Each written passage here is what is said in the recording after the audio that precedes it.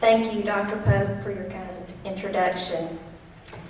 My fellow Cadelpians, distinguished guests and honorees, new initiates, and special guests, good evening.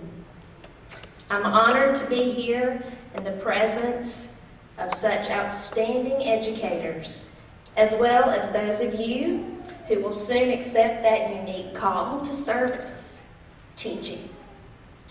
I'm truly delighted to participate in this special occasion that recognizes outstanding achievement of collegiates, of those of you who are currently serving as teachers, and those of you who have made an indelible legacy in education.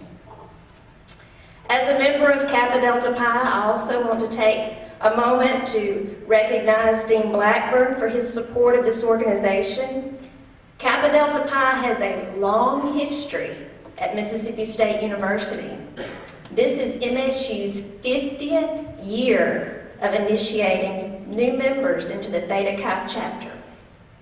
The sustainability of this organization would not be possible without the strong support from the leadership of the College of Ed. Also, it takes the dedicated counselors. Now, when I was initiated into the society, Cindy Rose and Vince McGrath were the counselors. Today, after almost 20 years, Vince McGrath continues to provide guidance to the members of KDP. He is joined by Margaret Pope, Jack Lindinger, and Linda McGrath. Thank you all for your continued service to this prestigious organization. Tonight, I would like to share with you a few thoughts from my own journey, some things from my own experience that I hope you can take with you. The theme for my time with you tonight is connecting with the community for your journey in lifelong learning. Accepting the challenge to engage in the craft of teaching makes you a lifelong learner. So then, for tonight, the question becomes, what does connecting with the community have to do with lifelong learning? Now, in thinking about connecting with the community, I'm not talking about joining civic groups or professional organizations. Yes, please do that. Those are good things. They are important for professional and personal growth. Fidelity to humanity is one of the 4 cherished ideals of Kappa Delta Pi. And volunteering in your communities, where you live and abroad, certainly aligns with that ideal. What I'm talking about is connecting with the community of learners, the community of learners around you, so that you may enrich your own lifelong learning.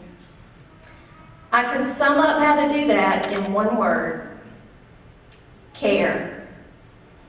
No matter what your workplace setting is, genuinely engage with the people you serve. Students, colleagues, parents. Caring matters. Now, if I ask you to name 5 Nobel Prize winners, or the latest winners of pop culture accolades like the Grammy or the Oscar, you probably could not do it. Neither could I. Typically, none of us commits these high-profile or high-achieving people to memory. What if I ask you to name 5 teachers who had had a positive influence in your life? We could probably list 5 teachers or coaches or mentors in a matter of seconds. This is much easier to do. Yeah, the award winners, they may be deserving and receive a monumental amount of exposure and recognition for their special achievements, and they may have even positively influenced the way that we view the world.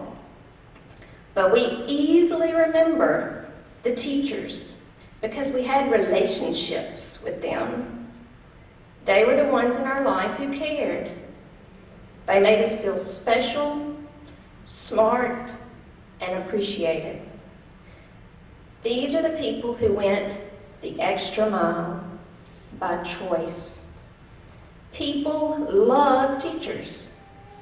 Everyone has a teacher story that they want to share.